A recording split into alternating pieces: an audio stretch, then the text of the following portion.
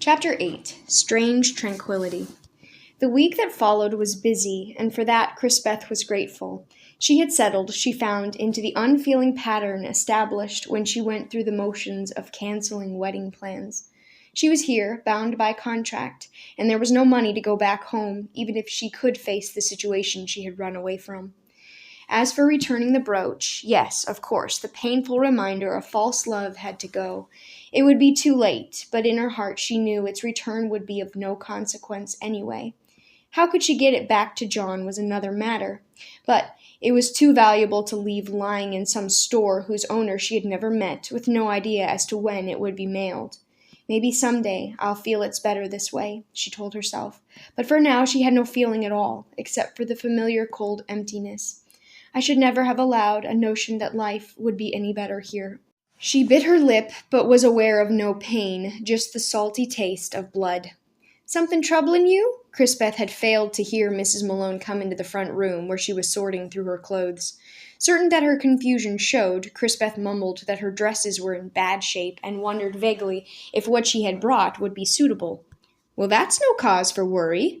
I'm finishing churning and have the irons heating on the stove. I'll help," she said, picking up a blue woolen dress and smoothing it with her hands.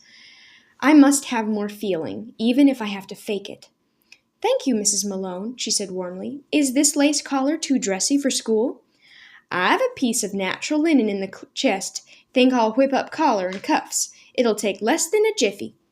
"I'm grateful. Sewing is not among my skills. I can cook, though," she added, wondering why she felt it necessary to defend herself. "I pestered cook until she let me help in the kitchen, mostly a seamstress, made our clothes at first, and all the fancy work was done by Mama in Vanjie. You should have seen my trousseau." Beth sucked in her breath, aghast at what she had said. Mrs. Malone bit off a thread and mercifully backed the conversation up. "Vanjie?"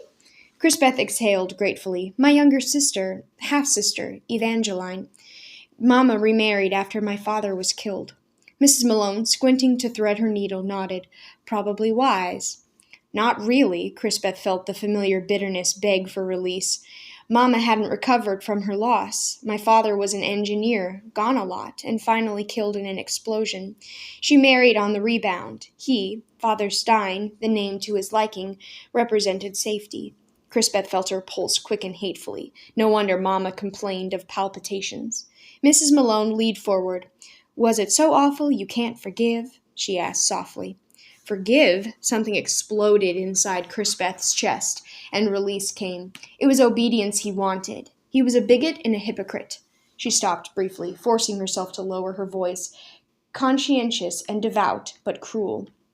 Memories too long suppressed flooded back with tidal wave force, and the self-righteous sous-director who considered all others his parish to bend to his will, shaking a warning finger at Beth and Vanjie, his voice raised in final judgment at the slightest childish provocation. "Everlasting torment is just a breath away. Now pray, both of you, pray." Vanjie's fragile face would pale, her thin little figure would crouch pitifully at her father's feet, like a tiny fallen angel. And always her almost inaudible words sought forgiveness of that condemning man, not his God. On those frequent occasions, Beth refused to yield. It came as natural as breathing to try to protect the younger girl in the only way she knew. "Let her alone," she would sob, beating at his bulky middle with her small fists. Mama, who was delicate since the children's birth, would come down with one of her headaches. Vanjie was dragged away, and Beth, an instrument of the devil, was locked in the attic to meditate on the scriptures. She shuddered as she remembered the old Bible prophecies that Father Stein, whom she refused to call by that doubtful title, chose for her to read, and oh, the awful nightmares that followed. A merry whistle announced that O'Higgin, his wood-cutting done for the day, was home for supper. "Sakes alive, how time does fly when we women get sewing and talking." Mrs. Malone brought Beth back to the warm present and the tantalizing smell of rising sourdough biscuits. Gratefully, she looked around the friendly room where her ready-for-school dresses lined the walls. She had half expected to see the menacing face of her mother's husband looming above. Her lip tasted salty again, and her hands were clenched into white-knuckled fists. But something rarefying and sweet had happened inside, something clean, pure, and good. The terrible nightmare was over. "Oh, Mrs. Malone, how can I thank you?" "No need. The past is an all right place to visit on occasion, but we don't want it to nest in our hair."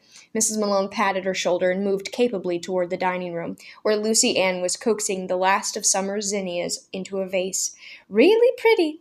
Then, raising her voice, "Oh, Higgin, take off your shoes and don't go tracking the scrubbed floor."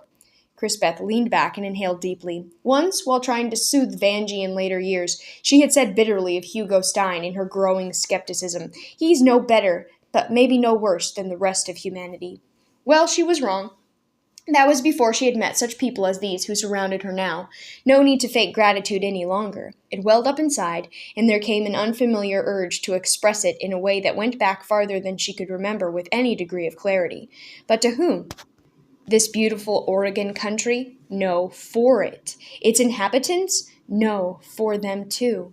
The thank you Crispeth sent out through the purpling dusk was directed at nobody in particular, or so she thought, but its utterance brought a strange tranquillity to her heart.